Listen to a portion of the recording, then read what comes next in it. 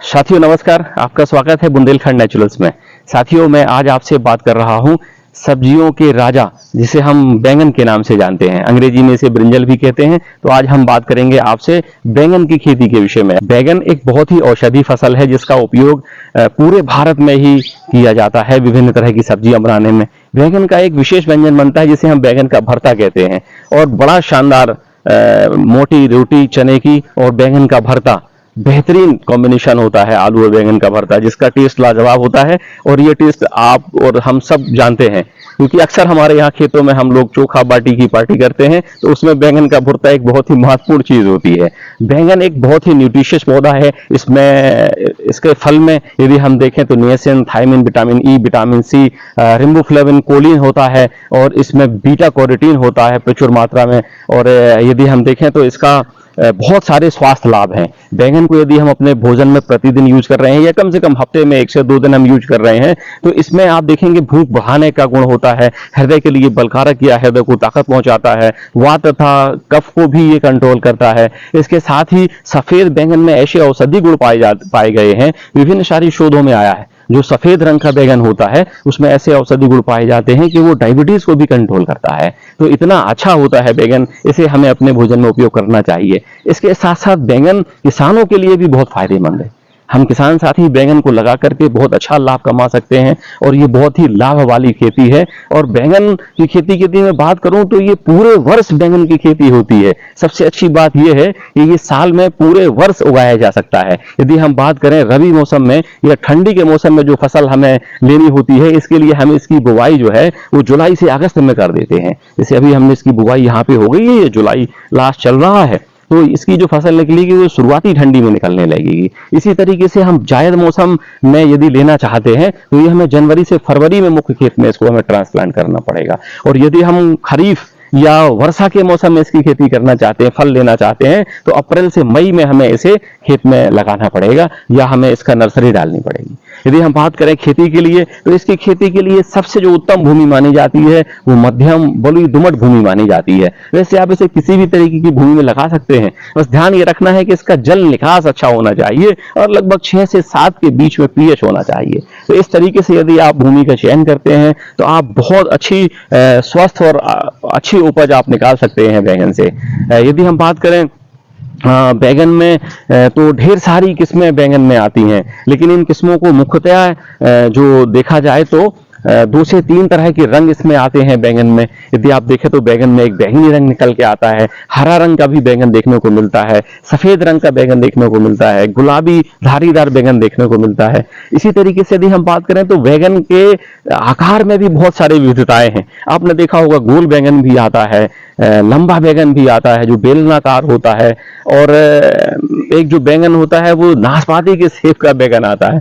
तो बैंगन में गोल से लेकर के लंबे बेलनाकार तमाम तरह के वेरिएशन देखने को मिलते हैं। तो आपके क्षेत्र विशेष में जो बैंगन की मांग हो बाजार में उस बैंगन का बीज आप ला करके अपने खेत में आप रोक सकते हैं। यदि हम बात करें इसमें से मुख्य किस्मों की बैंगन की, जो उन्नत किस्में हैं बहुत अच्छा उत्पादन देती हैं, इनके फल भी बहुत अच्छे आते हैं। इसमें अर्का नवनीत है, पंत ऋतुराज है और व्हाइट क्लस्टर है, ये बैंगन की अच्छी किस्में हैं। इसके अलावा भी बहुत सारी हाइब्रिड किस्में हैं, बाजार में अच्छी कंपनियों की कुछ किस्में उपलब्ध हैं, आप उन किस्मों का चयन करके अपने खेत में लगा सकते हैं। यदि मैं बीज दर की बात करूं तो लगभग 400 ग्राम के आसपास 300 से 400 ग्राम 450 ग्राम बीज प्रति हेक्टेयर के मान से इसमें लगता है।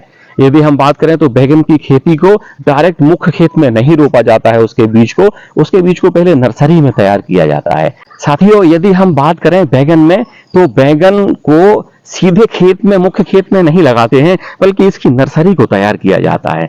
तो सबसे पहले इसकी नर्सरी को तैयार करने में बहुत ध्यान देना होता है क्योंकि एक स्वस्थ नर्सरी ही एक अच्छी उपज तैयार करती है, एक अच्छी फसल तैयार करती है और एक अच्छी फसल से एक अच्छी उपज निकल करके आती है। तो हम किसान साथियों को विशेष ध्यान रखना चाहिए कि हमें नर्सरी स्वयं तैयार करनी चाहिए। जब हम नर्सरी स्वयं तैयार करेंगे तो हमें अच्छे किस्म का बीज का लाएंगे और हमें पता होगा कि ये उन्नत किस्म का बीज है। और नर्सरी को तैयार करते समय हम शुरू से ही उसमें आने वाले रोगों को, कीटों को कंट्रोल करके चलेंगे तो आगे निश्चित तौर पे जो उससे पौध मिलेगी बहुत अच्छी क्वालिटी की पौध बनेगी। और वो पौध जब हम खेत में रोपेंगे और उसके ऊपर सारा श्रम करेंगे, सारी कर्षण क्रियाएं करेंगे तो एक अच्छी स्वस्थ फसल तैयार होगी जिससे एक स्वस्थ और अधिक उत्पादन प्राप्त होगा और लाभ भी अधिक होगा।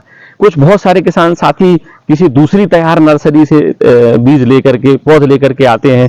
कई किसान साथी हमारे ऐसे हैं जो नर्सरी भी तैयार करते हैं और किसानों को नर्सरी विक्रय करते हैं। तो प्रयास करिए कि जहां से भी आप नर्सरी से बीज ला रहे हैं वो बीज विश्वसनीय नर्सरी से होना चाहिए, वो पौध अच्छी नर्सरी की होना चाहिए, क्योंकि कई साथी नर्सरी तैयार करने में बहुत ध्यान नहीं देते। तो मैं आपसे निवेदन करूंगा कि आप अगर अच्छा उपज लेना चाहते हैं तो स्वयं खुद आप नर्सरी तैयार करें, उनके पौधे को तैयार करें।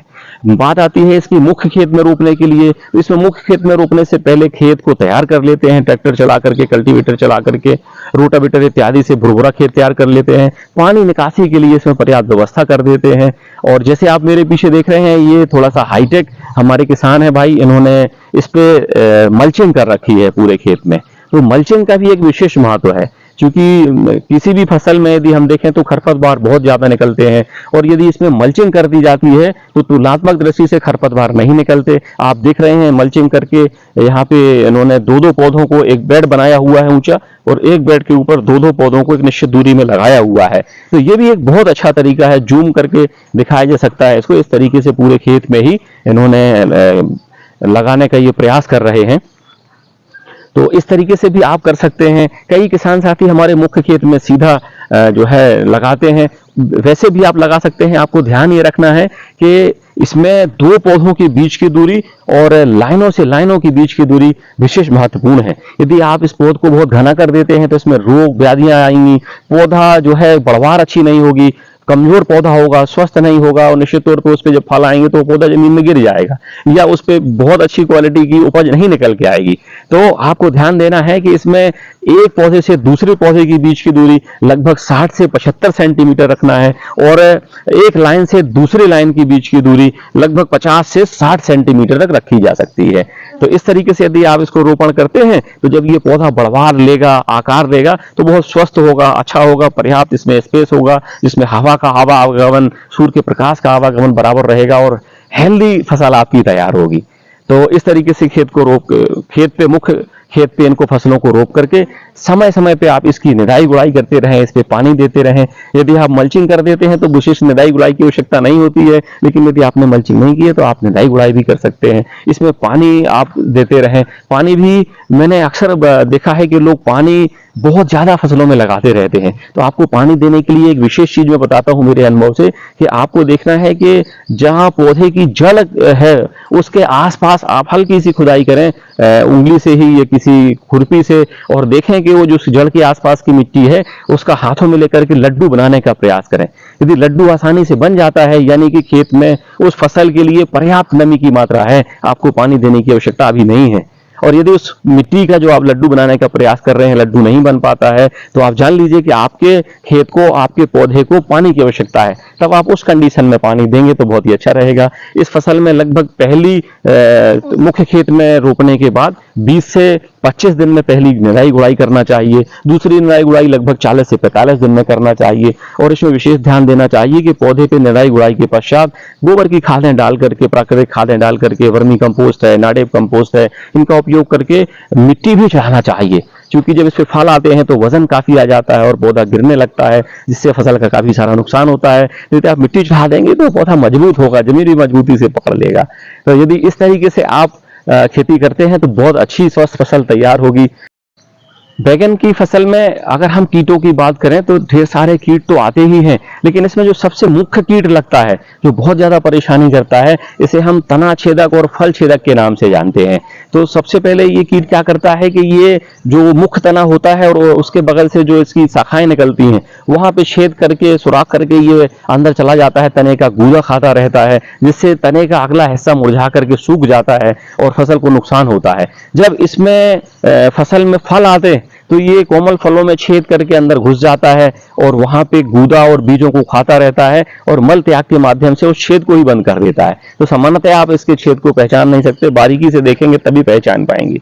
ये बहुत ही ज्यादा नुकसान करता है ये कीट। तो इस कीट का भी प्रबंध आप करते रहें। और भी जो रस चूसक कीट हैं, जो पत्ते चबाने खाने वाले कीट हैं, कुतरने वाले कीट हैं, उनका आप समय समय पे प्राकृतिक खादों के माध्यम से आप उनका जो है ट्रीटमेंट करते रहें। प्राकृतिक जो नीम आधारित नेबोली से बने हुए जो एक्सट्रैक्ट हैं, और भी बहुत सारे पौधों में, जैसे 7 लीफ एक्सट्रैक्ट होता है जिसमें आपका सीताफल है, नीम है, करंज है, बेशरम है, और बेल है, अंडी है, अरंडी है। इस तरीके से आप 6 से 7 तरह के पत्ते आप लेकर के इसका एक्सट्रैक्ट निकाल करके आप इसे यूज कर सकते हैं। तो ये रस चूसक और पत्ती चबाने वाले कीट, पत्ती कुतरने काटने वाले कीट से भी कंट्रोल मिलता है हमें। इसके साथ ही इस फसल में कुछ रोग भी लगते हैं। यदि मैं रोगों की बात करूं तो इसमें फोमोसिस ब्लाइट करके एक रोग आता है।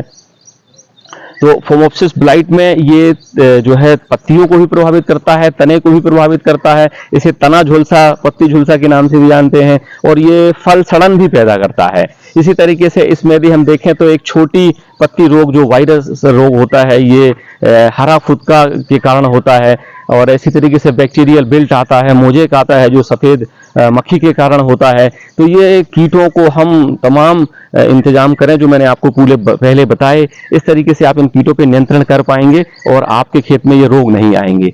और मैं प्रयास करूंगा कि ये भी फसल अभी लगी हुई है, जैसे ही इस फसलों में रोग दिखते हैं या हम निदान करते हैं तो मैं आपको समय समय पे वीडियो आगे दिखाता रहूंगा इनसे संबंधित, इनका निदान, इनकी किस तरीके से उपचार करना है, अपनी फसल को बचाना है। तो इस तरीके से आप अगर बैंगन की फसल करते हैं तो बहुत अच्छे से आप लाभ ले सकते हैं। तो आप यदि बहुत अच्छा प्रयोजन करते हैं, प्रबंध करते हैं अपने खेत में, तो आप लगभग उन्नत किस्मों से 250 से 300 कुंतल प्रति हेक्टेयर, और अगर हम हाइब्रिड किस्मों की बात करें तो इसमें लगभग 400 से 500 और 600 कुंतल तक प्रति हेक्टेयर उपज निकाली जा सकती है। तो आप इस तरीके से खेती करिए और आप इसका सेवन भी करिए, बाजार में विक्रय करके लाभ भी कमाइए, अतिरिक्त पैसा कमाइए। और मैं आप सभी से निवेदन करूंगा कि आप जहर मुक्त केमिकल फ्री भोजन स्वयं खाइए, अपने परिवार को खिलाइए, अपने उपभोक्ताओं को दीजिए, जिससे आप स्वस्थ रहेंगे, समृद्ध रहेंगे, देश भी समृद्ध बनेगा। जय हिंद, जय बुंदेलखंड।